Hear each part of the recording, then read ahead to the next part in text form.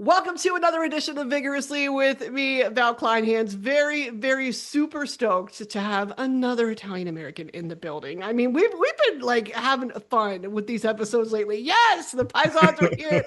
We talking about our roots. We've been having a lot of fun with this one already, but I'm pleased to welcome Niko from Resider here. Thank you so much for coming, sir. Hey, yeah, not a problem. Glad to be here. You just got married not too long ago. So how's married Yeah. life? It's been good, We eloped back in November of last Oh, year, okay. and we just kind of did that because there was just some family aspects that kind of we initially had a small ceremony planned. We had like a family emergency that completely derailed that plan. So we just went to the Mm. courthouse because A, we were just tired of not being married, and B, taxes, which, of course, why not? But then Yeah. we did a whole big wedding with the friends and the family and everybody just just like a couple months ago now. And it's been nice. It's weird. I feel like it's still like hasn't set in. Sometimes it hits me and I'll just be like standing around. I'll be like, "Oh yeah, I was just talking to my wife." And I'm like, "Oh, what the hell?" My wife, right? When you're in the grocery store and you're like, "This is my husband," like you Yeah. just say that word for the first time, you're like, "Oh my God, I can actually say that now." Or fiance feels the same, like same thing. Yeah, It's the same realization, but it's it really is. Well, I it's also funny because, I can only imagine how it is for her because she had to change her last name and pain everything. in the ass. Yeah, Oh but yeah. we'll do it.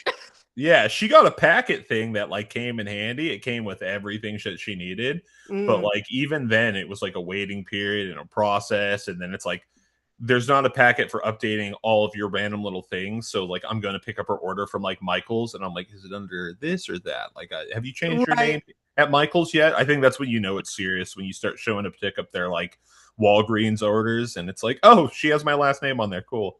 That's right. I can pick this up for her now. Yeah, give it a year and then that'll chill out. Thankfully, Yeah, it yeah, takes usually for me. It took like about a year before that stuff relaxed and before we were able to like do that type of thing for each other, like you're talking about, yeah. like picking up scripts and stuff.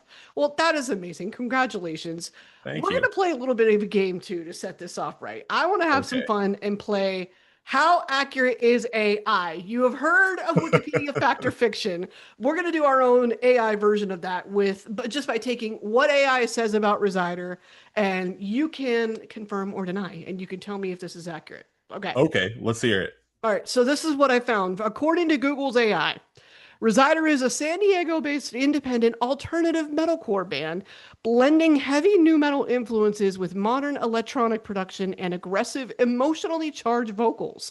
Known for the intensive live performances, their sound combines hard-hitting riffs, industrial textures, and melodic hooks with recent releases 2025 to 2026, including Gasfight, Sulfur, and the Shade EP. Other key details about the band's style, often described as a mix of nu metal and modern metalcore, with influences drawing comparisons to bands like Linkin Park and Bring Me the Horizon.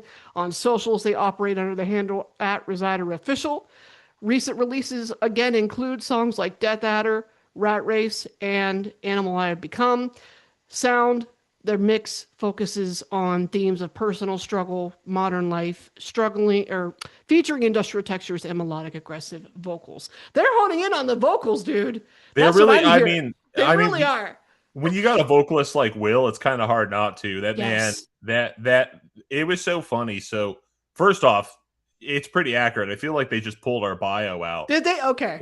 Yeah, So they're like, it's pretty accurate. Okay. they're like, here's these guys' bio. Yeah, no, but I think that's pretty spot on. It's when the band started, it was so funny. So we initially, this band is kind of like the the phoenix rising from the ashes of a previous band that we were in. Me, the drummer, the vocalist Will, and the guitarist were in another project called Thorn, and it was just belligerently like heavy, like crazy time signatures. It was like Dillinger Escape Plan if they were like deathcore. I love Greg.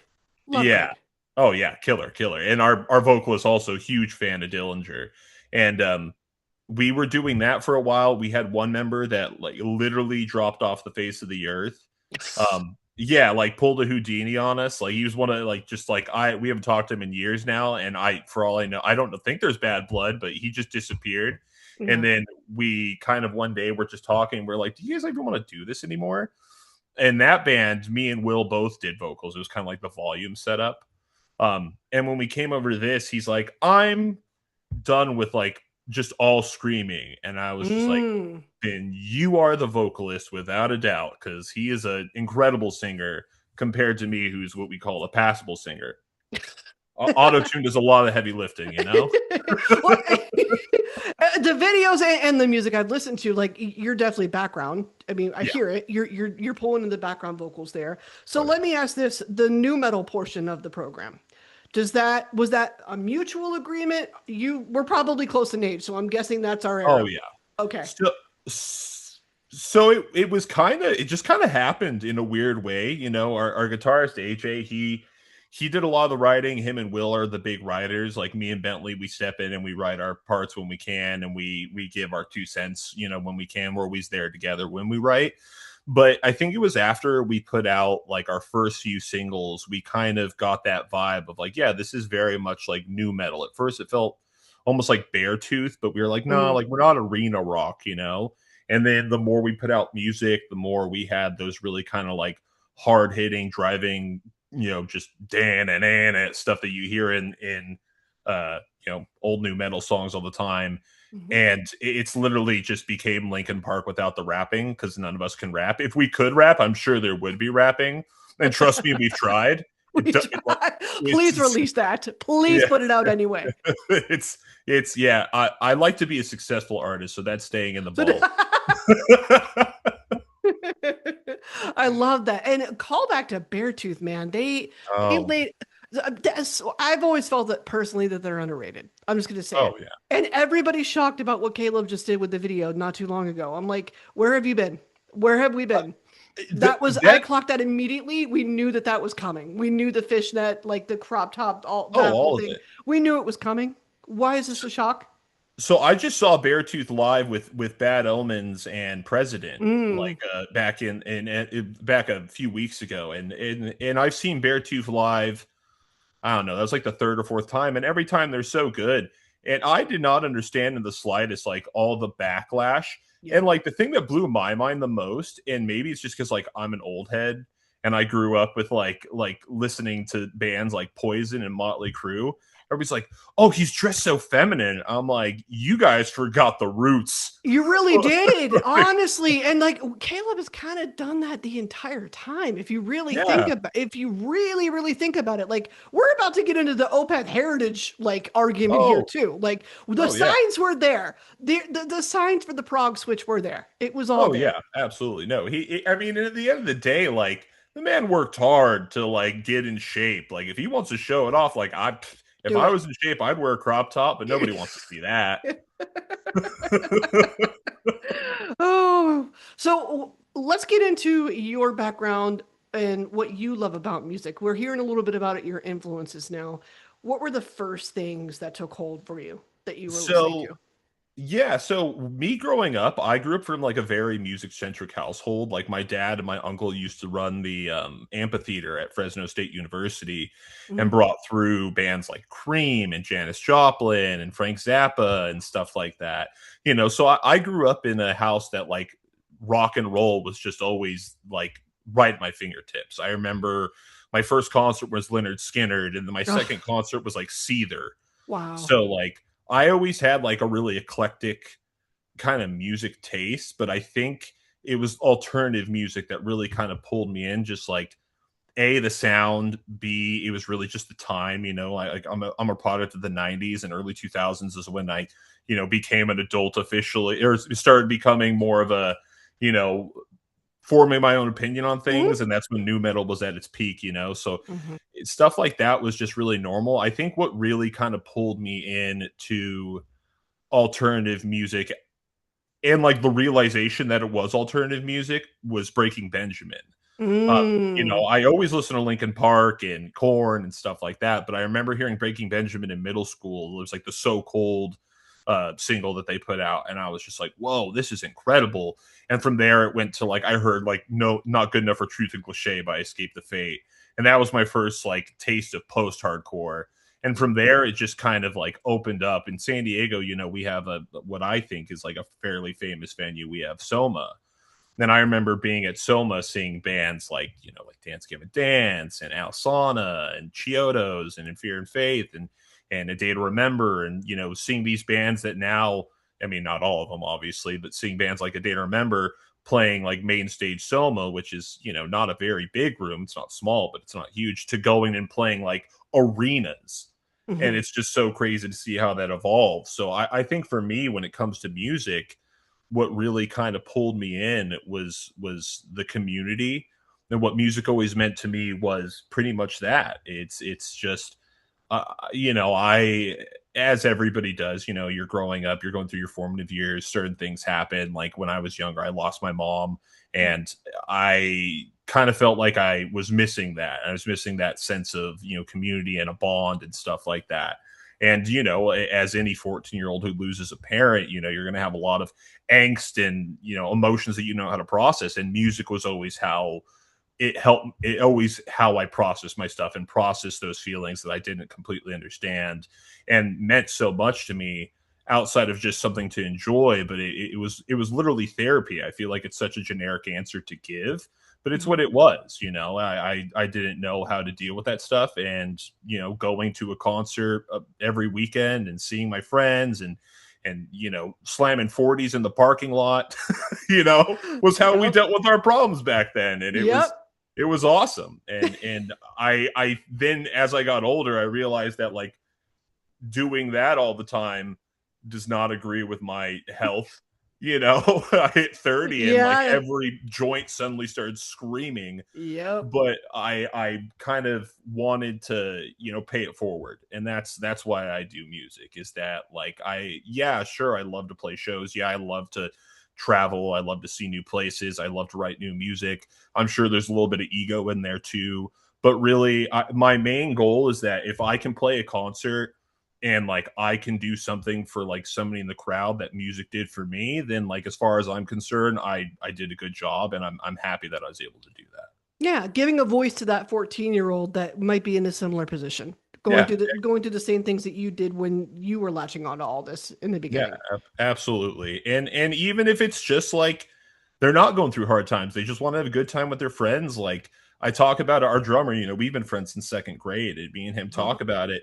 And I'm like, think of all those stupid shows that we went to like 16 years ago that we still talk about today and talk about how much fun we had. Like it's creating a memory. Like I would love for Resider to be the band that, when these kids that are like, 16, 17 are in their 30s are gonna be like, oh, Still remember going that to. band? Yeah, remember that band we saw, Resider, at some random shitty venue in, bumfuck who knows what city we played that day? And they're like, that Mhm. was such a sick night. Like, that'd be awesome. Yeah. You're on your way. I feel it. The passion is evident, and I love hearing and seeing that. The Thank base of it all, where did that come into play? Was that always from the beginning? Like, was you. that Bass? yeah, bass, Oh, guitar, any of it? so to be honest with you, I had always played bass. So like I was always a vocalist. Like me and Bentley used to be in a metalcore project called Made of Dishonor, and it like, don't look that up. It's terrible music. But but um I was always a vocalist. I did screaming vocals. Like I idolized people like Levi Benton and Randy Blythe from Lamb of God and Mhm. Ollie Sykes, um and all generations of Ollie Sykes vocals. Um and I always played guitar and bass just kind of for the hell of it. It was never really like a thing that I thought was ever going to be like where I was. When this band started, I was enjoying playing bass. I was playing it here and there just for the fun of it. And then Will did vocals, so I needed to do something, and I wasn't as good a guitarist, and I'm a terrible drummer. So it just Ta-da! kind of yeah, it just kind of happened. This band has forced me to pick up a lot of things that I never really expected to be my thing. But now I am, like I just ordered my custom bass from Ernie Ball, and Mm. I've got, I got the Dark Glass endorsement, and I like am falling in love with the world of bass, to the point where it's not something I expected, but it just feels so natural to be here. So yeah, it was just kind of like a means of necessity, and it kind of turned out like the Clash. Like when the Clash started, none of them knew how to play shit. Anything. Yeah, they were terrible. And Anything. Joe Strummer is one of my personal heroes. And yeah, they all sucked at their instruments, and then they just eventually got good at them, or good enough, you know. So that's me. I'm just following the footsteps of the punk rockers that came before me. Yeah, I think I agree with you. I think it's important to keep an attitude of it, at the very least, being willing to experiment, at the Yeah, very least, being willing to play around. You probably look at the studio as your chemistry lab, I would yeah, imagine, when you're yeah, putting everything together. yeah. It's very much like it's very much like I you kind of have that realization as time goes on too, like the musicians that really make a difference, like for like, go back to Breaking Benjamin, the bassist for Breaking Benjamin off of those first two albums. I didn't realize just how much influence he had on those Mm. albums and those songs, and how much he really helped define their sound. And then you have the more obvious ones like, Flea and Geddy Lee and stuff like that. And you start to realize once you're in the world of it, like how much that instrument makes a difference in the songs that you listen to, and Mhm. you start to latch onto it. It's kind of like one of those things that's like it's there in front of you, you're this entire time, and then once you kind of catch onto it, like when you suddenly buy a new car and suddenly every car you see on the street is your car. Is That's that how make and bass model? Yeah, Yeah. that's how bass has been for me. I picked it up and I learned it, and I started realizing all the things that I love about it. And I play bass so much that sometimes I pick up guitar and I go, "Oh my god, what do I do with these two extra strings?" Oh my God, that's hilarious. You're probably looking around at, I mean, you alluded to this a little bit ago too, looking around at other acts that come from California, other acts that you've seen in California. They've gathered a fan base there, we'll say. There's Yeah. so much going on. I'm Oh slowly yeah. learning very quickly that California as a whole has ties to core in general, multiple Oh. ties to core Oh in yeah. general. So what is it? I'm curious as to what it is about California that is a conducive environment for the creation of core. You know, you could probably put a few things out there. I think that like California in general, we've always been a big staple in like alternative music. I mean, look at LA. Mhm. Like as a San Diego person, I hate letting LA lay on its laurels, because they're like our enemy, especially when it comes to baseball. But like, I mean, you had some of the biggest, what was alternative at the time coming out, Metallica, Megadeth, Motley Crue, Guns N' Roses, Poison, Cinderella, all these bands that were like, yeah, they were rock, and rock was a well-established thing with people like the Beatles and stuff, but it became the counterculture. And I think that like, if you look at Los Angeles, if you look at San Francisco, you look at San Diego, like we embrace that counterculture. The West Coast in general. I mean, look at Portland, look at Yeah. Washington. It's always been this place where it's such a big area and there's so many different walks of life that it becomes almost natural that you have this kind of outlier build and appear, and it's become such a big thing out of here, especially for the bands that we grew up listening to, like metalcore and post-hardcore. You look at Pierce the Veil. I mean, Eddie Vedder from Pearl Jam is from San Diego. Mhm. It's I think it's just the environment, and I think it's just the fact that they're like, it's California, especially Southern California. I think it's also just like it's a cheap way to have fun. It's Yeah. expensive here. And we get beat down by a lot of things in, the economy and social issues, things like that, where having that counterculture and having that ability to kind of take a step off the standard path and off the beaten path is just kind of something that happens here a lot. I'm sure that if there's like a psychologist out there that could break it down a lot better than my 0 years of psychiatric professional schooling is tells me not a lot, but I'm sure there's somebody out there that could break it down for you. But I think a lot of it comes from just like, I LA. LA and the music scene there, and that was the idea. You're from some shitty Midwest town that nobody knows about. Yep. Like, what do? You get on a bus, you go to LA, and you pray to God that you make it. And that worked out for some of the biggest acts today, Right. you know. And I think that because of that, that kind of mentality has just ingrained itself into California at the idea of like, why do I need to leave my hometown? I'm already here. I can do it here. And then you see these acts that blow up that are from here that, you know, you grew up seeing at some random shitty dive bar or, you know, Soma side stage or whatever. Like it makes it seem like the untangible is tangible. You're like, if they can do it, why can't I? Yeah. So yeah, I think it's just exposure, really. And it allows musicians to do what they do. And then I would argue that it also gives room for the fans, anybody that's just a fan, to accept all this diversity as Oh well, yeah. because they're already immersed in it daily. Oh yeah, yeah.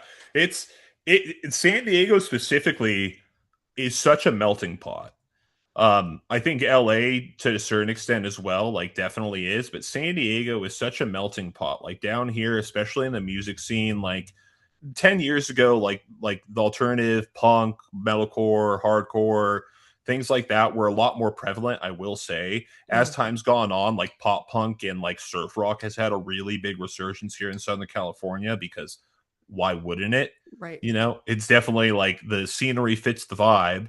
Um, but I think that it's just kind of like it's like generational trauma, but like not trauma. I love it. Sometimes we can use all that nostalgia Yeah. or trauma, whatever word you want to use for it. Sometimes we can, all the above, we can use it to fuel other amazing things. Yeah, In your absolutely. case, I can hear that your love of new metal turned into the cover of Animal I Become. It's a fantastic cover. Are Thank you. there plans for more? For more covers, you know, Mhm. probably not. I don't want to say never because so like here's the thing. That cover is not we didn't like wake up like 2 3 years into our career as a band and go, you know, we should put out a cover. We learned how to play that cover when we were first starting to play shows and we didn't have enough original material to fill up a 20-minute set. Mm. So we were like, oh, like maybe we get a cover in there. What's something that we can do? And I'm not even kidding you. Every band that I've ever been in, getting four people to agree on a song to cover is a nightmare. You know, they're like, oh, let's play Slipknot. And I'm like, I don't like Slipknot. And then I'm like, oh, let's cover this band. And they're like, I fucking hate that band. And it was one of these things we went back and forth. And then actually, I think it was our drummer's little brother was Mm. just like, why don't you guys do a 3 Days Grace cover? And we were all like, holy shit. It just it happened that way. So like I would love to do more covers because that's just I love playing music that I love to play and like it's really easy. But I think deciding on a cover and finding the time to record it isn't exactly I think priority for us right now. But like Got it. literally if the other guys walked up to me and were like, hey, you guys want to cover this? Like I'd probably be down. I'm not a very picky person. But yeah, no, the new metal one that the Animal I Become cover is definitely we put that out as kind of like a full circle moment for us because, like I said, it was just a filler for set at first, and we played it for a long time, and then eventually we had enough music to fill, and we were like, yeah, you know what, let's not play anymore. And then we had our first like big headliner, and we needed Mm. an extra song, and it came back, and everybody loved it, and we were just like, hey, like why not? It's like an Yeah. homage. It's not just like an homage to like the music that shaped us, but also like an homage to like where we started and where we are now. It was a very full circle kind of thing for us. And it was such a blast to put it out. And now it's back to like heavy rotation. Like it still gets played every night. We've got the tour coming up in May through June, and it's getting played every night because who doesn't know the lyrics to that song? You know, it gets Yeah. people pumped. Well, That bass yeah. line starts and everybody just loses their shit. And like, how can you not? Yeah, it makes complete and total sense. And musically, I hear that it's definitely a compromise. Well, of course, it was a good choice, and it made Oh, sense that yeah. it was a good choice. Was it more of a challenge to decide on the song itself or actually learn it? To be honest with you, it's an incredible song, but it's pretty easy to play. Mhm. Um, which I personally find some of the easiest songs on the planet to play are some of the best songs on the planet. It was definitely difficult coming to a decision.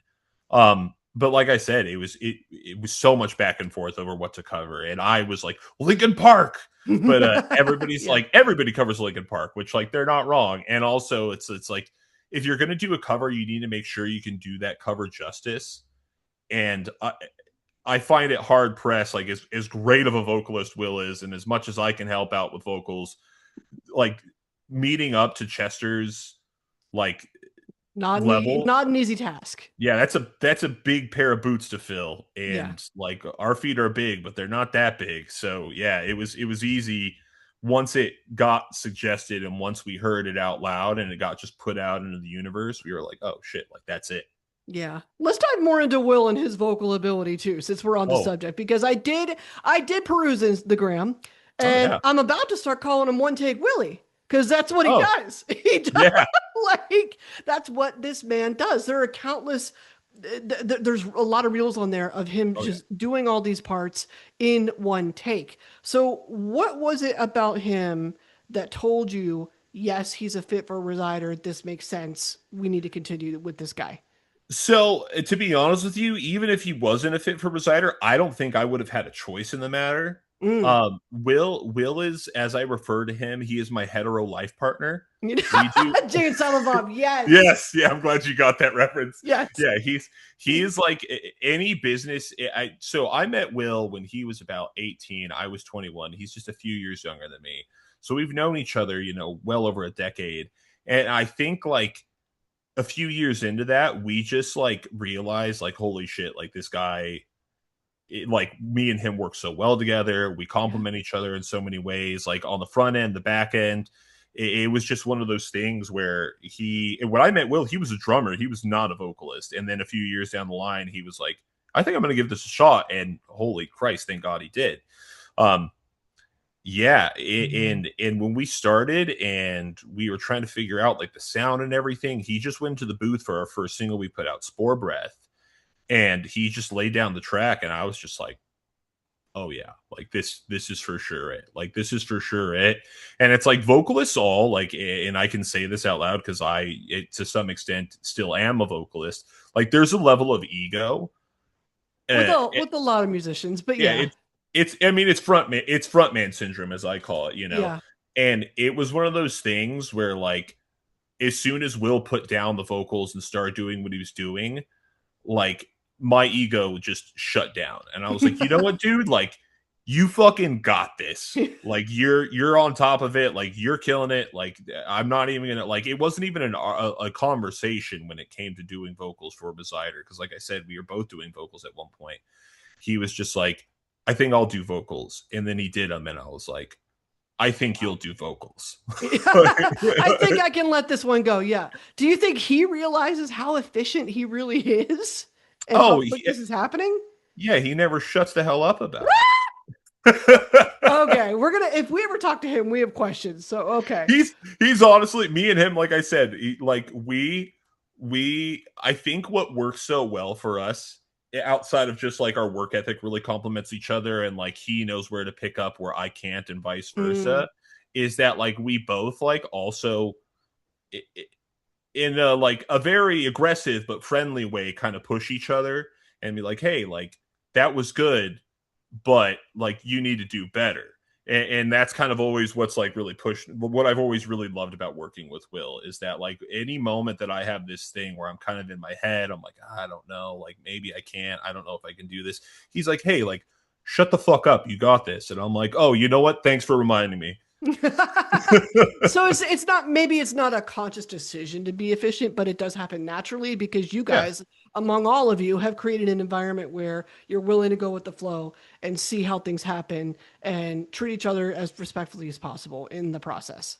yeah, I think in the end of the day, a band is like a relationship, and you need to be able to nurture it. You need to be able to know what does and doesn't work, and it's tough. It's finding it's finding at minimum 3 or 4 guys or Mhm. girls, or whatever your collaboration is, or Yeah.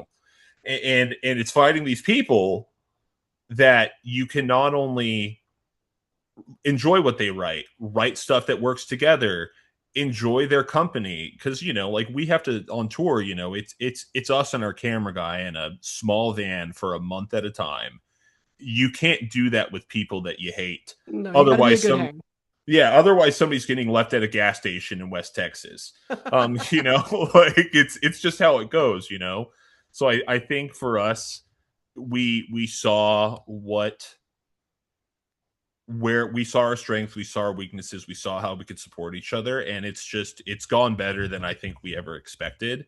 Um, like it's that old thing, you tell your parents like, I want to be a musician, and they hit you with that, like, oh, like you and everybody else, one in a million. Right. But once you get down to it and you realize that there's just a really specific set of things that you kind of need to do and figure, not even do, but figure out what works best for you, and learning how to execute that is the trick. And I think on the front end, having like such amazing members, like Bentley is a absolutely insane drummer. Like I say it all the time, he's my favorite drummer, and he just says I'm being biased, but I tell him, no, you're just that good.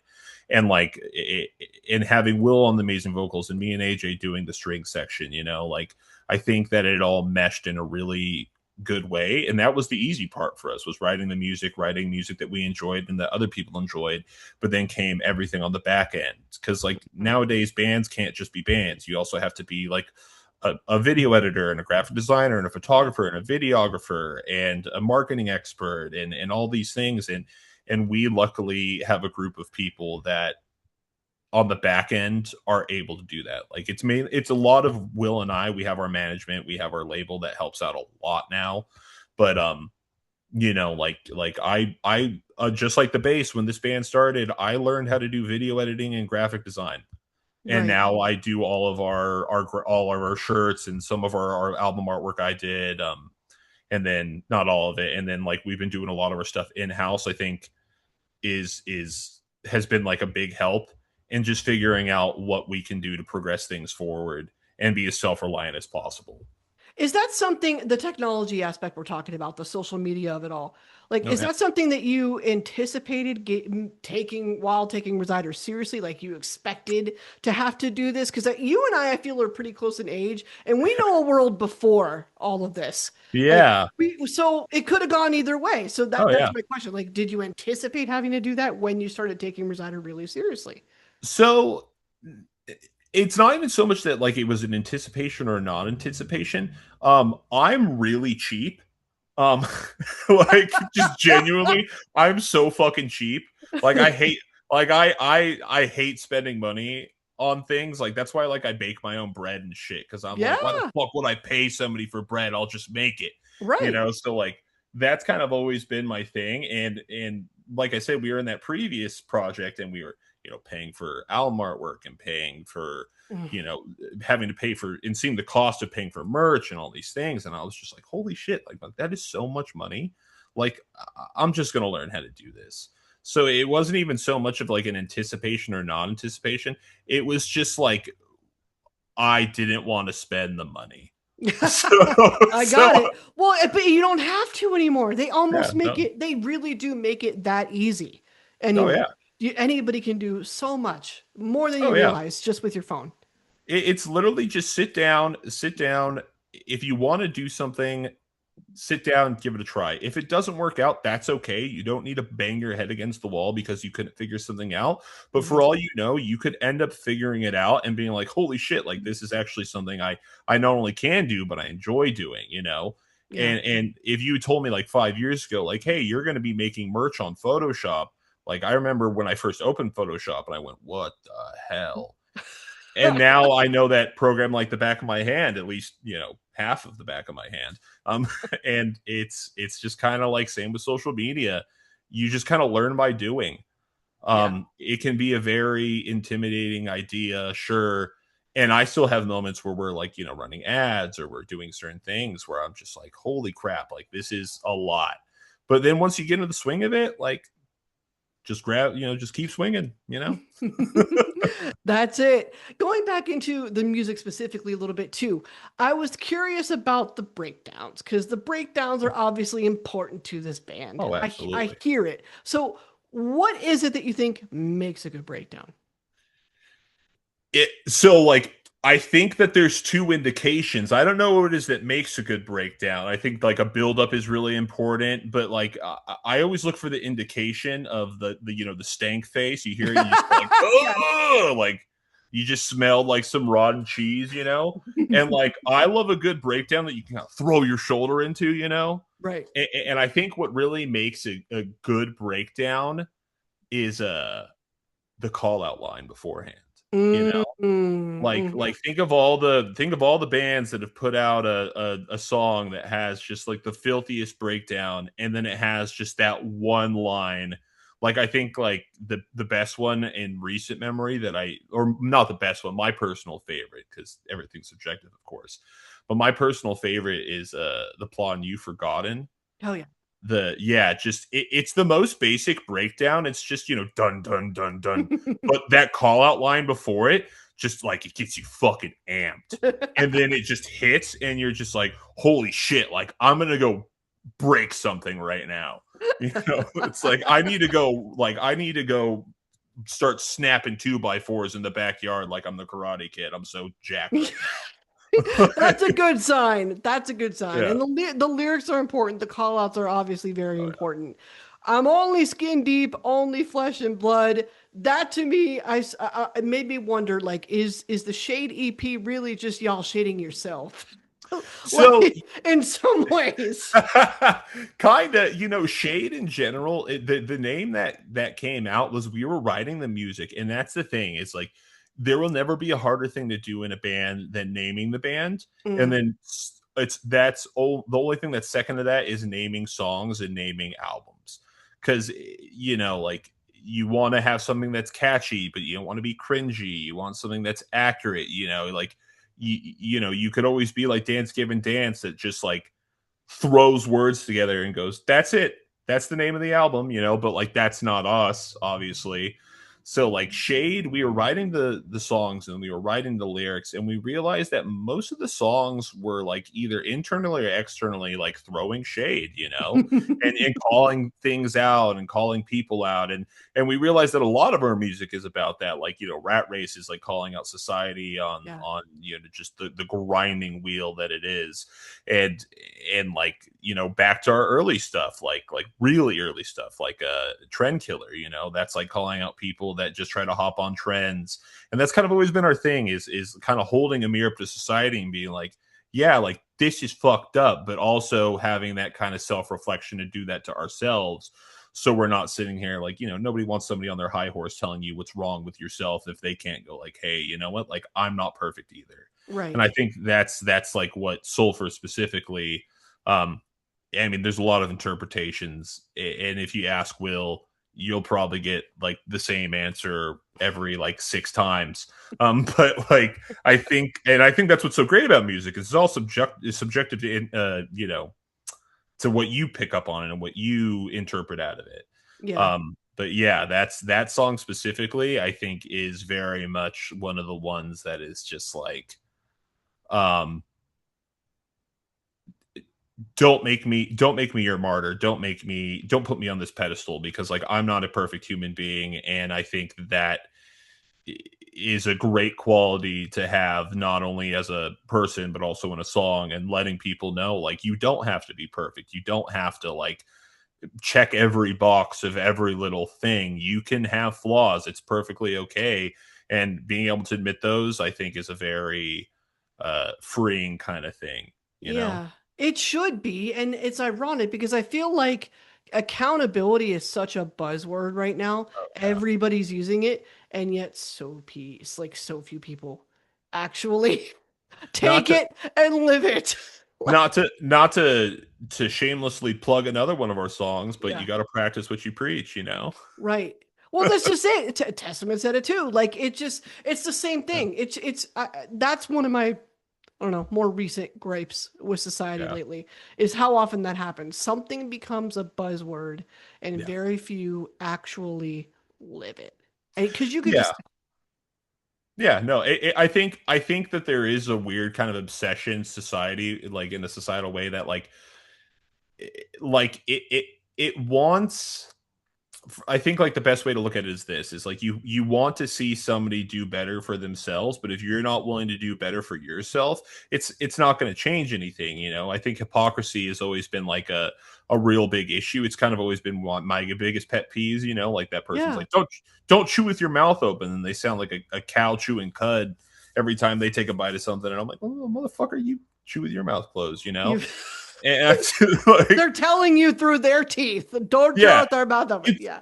it's projection. That's the genuine issue that I see with a lot of people. And like, I'm not perfect. I know I do it sometimes where I'm like, God, this guy's annoying. And then like I kind of sit there and I think about the things I do. I'm like, maybe I'm fucking annoying. You know, like it's just kind of There you how it go. is.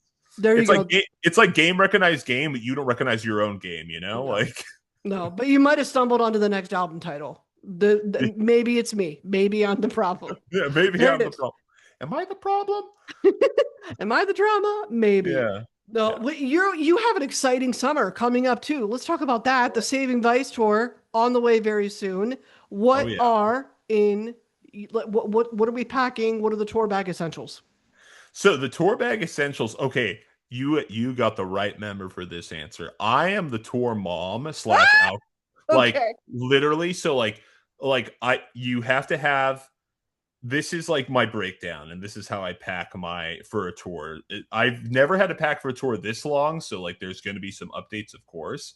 But like number one, you got to have a good insulated water bottle. Yes. Yep. Yep. Yep. Hydration is the name of the game. Hmm. Vitamins, like I Hmm. have a suitcase like vitamin separator for the AM and the PM because you got to take care of yourself. You always have to have your clothes. Have your clothes for like not on stage because like you don't want to have to lay down to sleep wearing your fit for No. the set because Yeah. it's disgusting. You need a pair of slides because again, like you don't want to take your shoes that you just played a set in into the van. That's a great way to like in the Resider camp. That's a great Stank way it to up. catch. Yeah, you get a fade. Like, you catch fades for less. Like, so like you got to have slides that you take into the van with you, and then like I am extra. So like for example, like we have some of these drives that are brutal. So like I think the worst one because not just that tour, but we're doing a few routing dates out there. And the last routing date we have is in Denver, Colorado, which like I'm very excited about because I'm a huge Avalanche hockey fan. So Oh, okay. yeah, Oh, so okay. I'm going straight to the Avalanche store and Like getting a New Jersey. Forsberg Sakic era. Oh Like yeah. yeah. So Okay. Forsberg Stakic, yeah, Forsberg Stakic. I don't think I was watching. I don't think I was watching hockey very much back then. But I've gone back and watched a lot of like the games. I think I started watching hockey when I was in high school, but it was very loose. And then like I got to like 2021, and that's when I 2020 2021, and that's when I had some friends that were from Colorado, so I would watch hockey with them, Oh, and then I just okay. became an Avalanche fan. And now like Nathan McKinnon is like I literally have like so many Nathan McKinnon things around my house. Um, like Okay. like like it's ridiculous. But yeah, like the drive from Denver, the very next day, it's a few days down the line, but it's in Manchester, New Hampshire. That's Oh, a wow. yeah, that's a that's a fucking That's drive. that's essentially across the country. That is Yeah, essentially across the country. Yeah. it's two whole time zones. I'll tell you that much. So it's rough. So like you have to find ways to keep yourself sane when Mhm. you're touring. Like so, like I, for example, like me and Will just got PlayStation Portals. I've also been like reading the Dune books because like through and through, I'm a huge nerd. Yeah. Um, so it's like you have to find ways to keep yourself from going insane and looking out the window. And like we've all fallen prey to it where you're just sitting there waiting for a show to start. And you're like, fuck, I'm bored. And it starts to like physically hurt. You're so bored. Also, like a first aid kit. That's what I Necessary. stand. Yeah, I stand by that. Like have a first aid kit, have all your essentials in there, have a few things that you don't like think you're gonna need because you're never gonna know when you're like in the middle of nowhere, somebody's got like the worst heartburn of your life, and you're just like Tums or I have a headache, Excedrin, things like that. You've And, got it. yeah, it's just literally that. And then like budgeting because unfortunately the idea of like a starving artist is like it's not a myth. It exists, absolutely. So like budgeting your own money and saving up for your tours, I think is the most important thing. Like I don't think we've played a tour yet where I think this will be the first tour where like we don't have to worry about our own dinners because we'll have enough money that we're making to actually buy dinner through the Huge. band instead of just like buying, Huge. things out of our pockets. So yeah, I think those are like the big things. And then like good pillow, good blanket. That's all you need. Little things from home too. Yeah. Whatever reminds you of home. Like to your point though, not a lot of people understand how tough it can be financially, Oh yeah. particularly just to put yourself on tour, to join a tour, to make Oh sure yeah. the production is the way that you want it to be. I know dudes that couldn't that were like essentially begging for gas money to get to the next stop. Yeah. I that's real. That's very, very real. Yeah. It's hard. It's for sure tough. It's for sure I don't think people think about it as much. I think as of late it's become a much more like upfront thing, where like people are realizing that like you going up and buying that shirt, like it helps more Right. than you could ever know. Like you buying a ticket for like a shitty bar show to see some band that's not from your area, like that stuff helps so much. And it's what keeps the bands going, like at least like on a operational sense, like if we could go and play every city and every town and not have to worry about gas or food or things like that, we would do it because it's what we love to do. But like unfortunately the reality of it is eventually you're going to have to worry about, how are you getting to the next spot, how are you eating Yeah. that night, where are you sleeping. Like you can sleep in the van for so long, occasionally you need a hotel room so you can take a shower that isn't like at a Planet Fitness or a truck stop. Or oh you my know God, yeah. yeah, the Planet Fitness. Shout out Planet Fitness, honestly, because that is like, not that I'm trying not to get. Sorry if I'm giving away like the industry secret, but like if you're a touring band, you and another member, however members you have, because you get the Planet Fitness Black Card. You can bring a guest in to any Planet Fitness across the United States. You don't even have to use the gym. I do because it keeps me from losing my mind. It's something to kind of disconnect for a bit, throw in the headphones, listen to an album, run Right. on a treadmill, lift some weights, whatever you got to do. But if you just want to shower, like Love's, Flying J, Bucky's, all those places, they have showers, but it's $15 a shower. Whereas Yeah. you can pay $20 for the month with Planet Fitness and you have all the showers for the entire tour. There it is. There's your tour Yeah. hack. I Yeah. think that secret might be out. The Walmart secret's definitely out. We all know about the Walmart parking lot. And So just yeah. the Walmart parking lot stop like we've tried to sleep in Walmart parking lots and we have security coming up and going like, "Hey, what the fuck are you Stop. doing?" Yeah, it that used to be a thing and it's not really a thing anymore. We so like I again like we like this next tour we have a tour manager and it's cool because normally I do that stuff. Mm. But because I, as my therapist tells me, have an issue with relinquishing control, whatever that means, I'm still like saving like all the like the Loves and the Flying J's and the Pilots and stuff because pilots don't give a shit. Like Okay. if you show up to a Pilot in like the Midwest and you park out in that parking lot, chances are there's like 100 semis doing the same exact thing, and they don't give a shit. No. They're just like, hey, you know what? Because like chances are you're going to go in and get a coffee, Yeah. and like yeah, so like that's really the thing, and that's never really been an issue for us. Like I think the only time we ever had an issue was when we were in Tacoma Mhm. and we had an off day that day and we spent some time in Seattle, but then that night we had to sleep in Tacoma because we had a show the next day, and it was the first and only time that we've been driving around trying to find a place to park. We parked at a Walmart. Security was like giving us side eye. We parked Oh. at we tried to find a place that was like a neighborhood that seemed chill, and like there really wasn't any.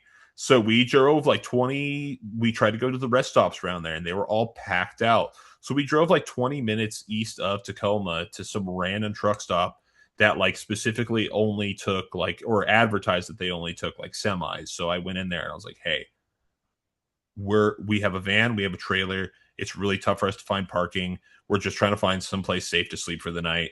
Like they're like, "It's $12 for the spot," and I was just like, "I'll pay it. Like I'll Okay. I'll, I'll Yeah. give you $20 for the spot if you just let us park here, and they let us do it, and it was super cool, you know. So it's like it's the rest stop gas stations are the best spot because then you have access to the bathroom, you've got access to food and snacks. A lot of them always have restaurants.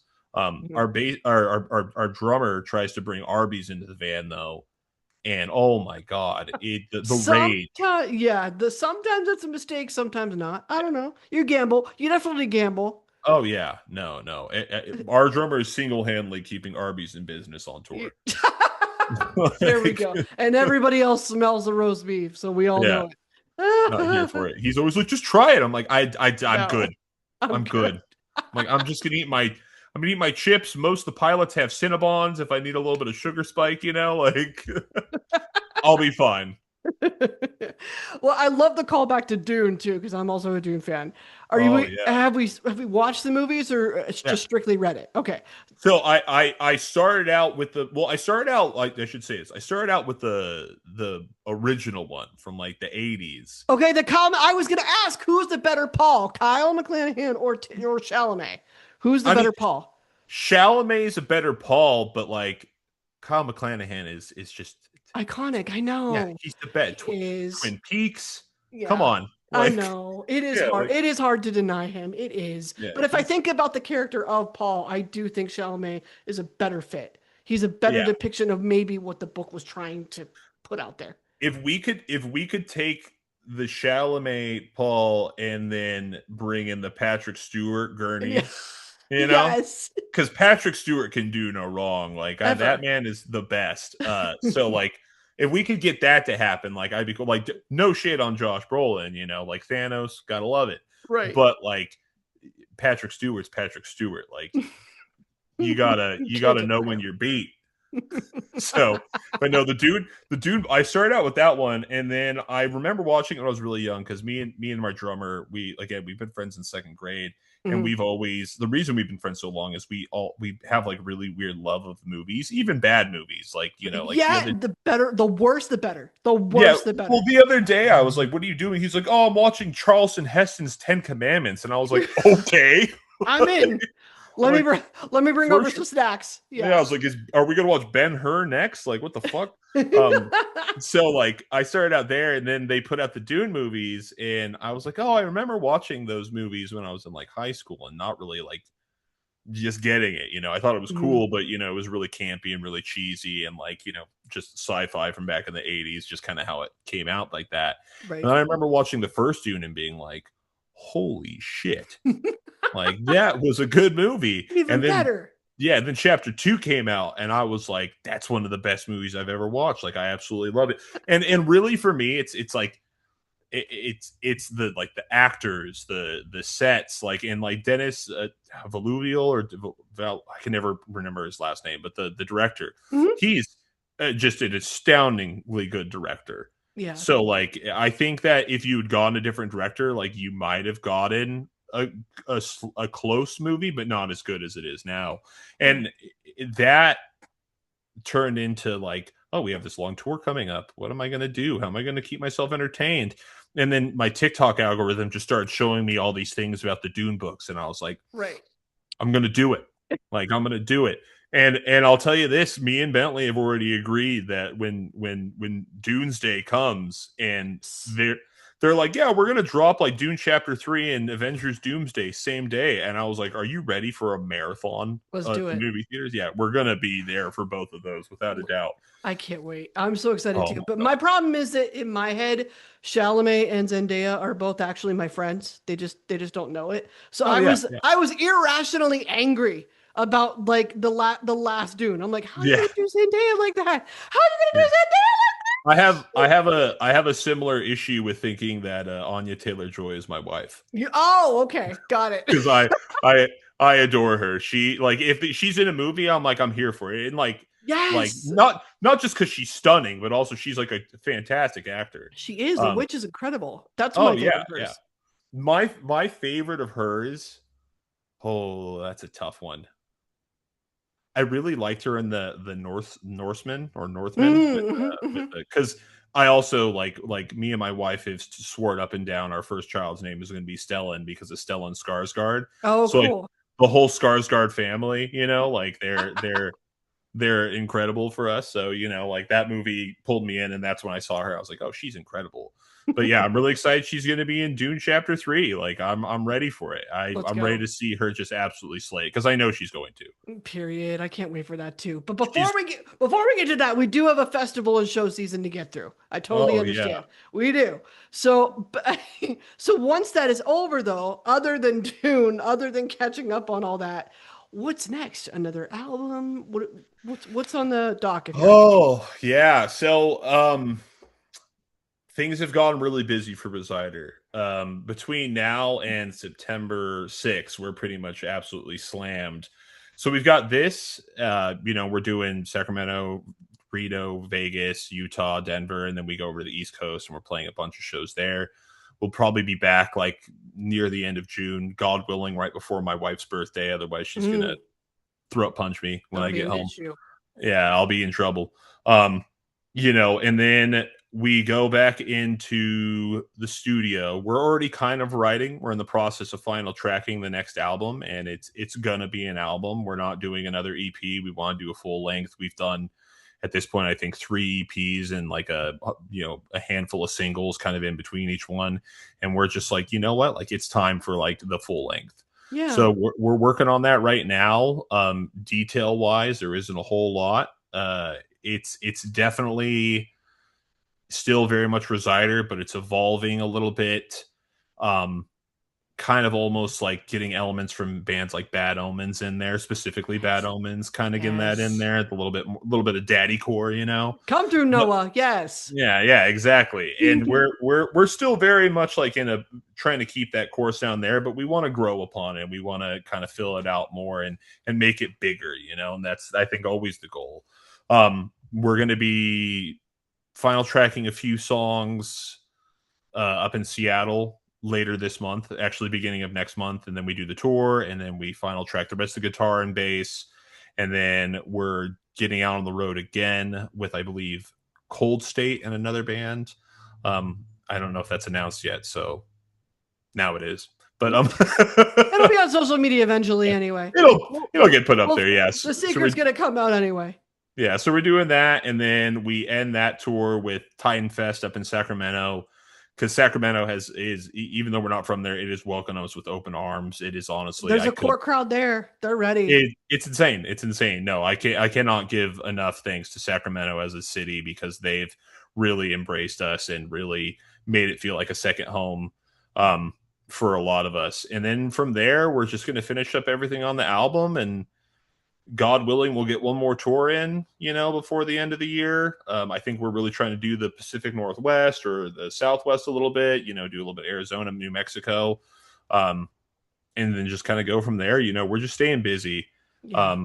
And I think, not to sound too cliche, but like keep an eye out for big announcements type of thing, like keep an eye, like if anybody that's listening to this, that can bear to listen to me ramble on for an hour likes the music enough to listen to it for 30 minutes, like keep an eye on our social medias, because we're posting, we're moving, we're grinding, and we're really trying to bring ourselves out to a lot more places and meet a lot more people and put out music that hopefully people enjoy.